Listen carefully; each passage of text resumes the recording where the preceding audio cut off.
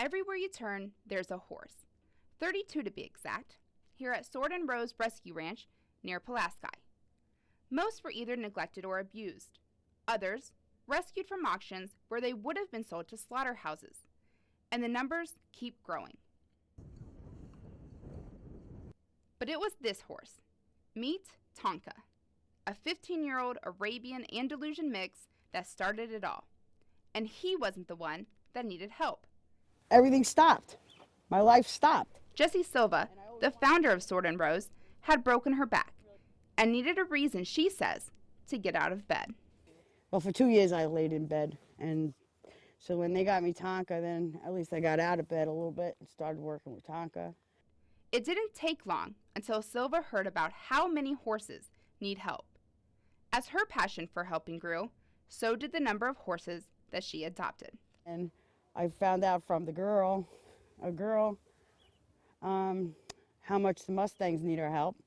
And the next thing you know, we have Mustangs, Arabs, standardbreds, thoroughbreds, Percherons, and the whole 9 yards.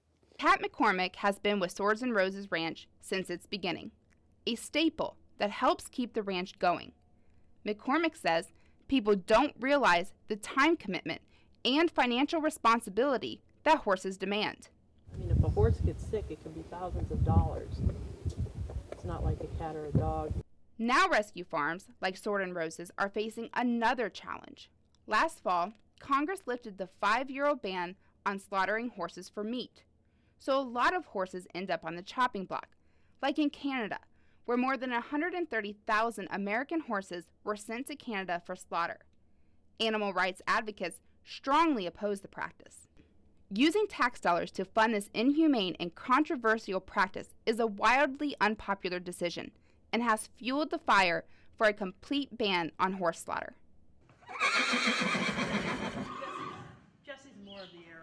Smaller horses are especially targeted because of misconception.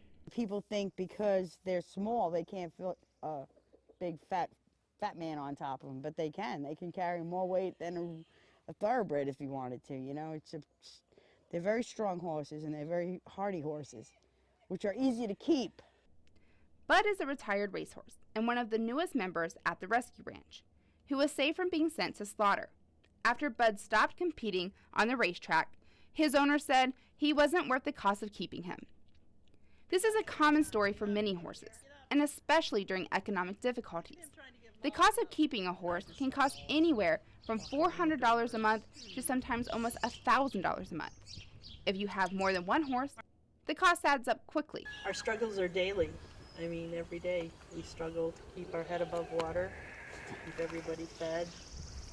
Although it's a big undertaking, Swords and Roses is going to continue to try and help one horse at a time. Amanda Watkins, NCC News.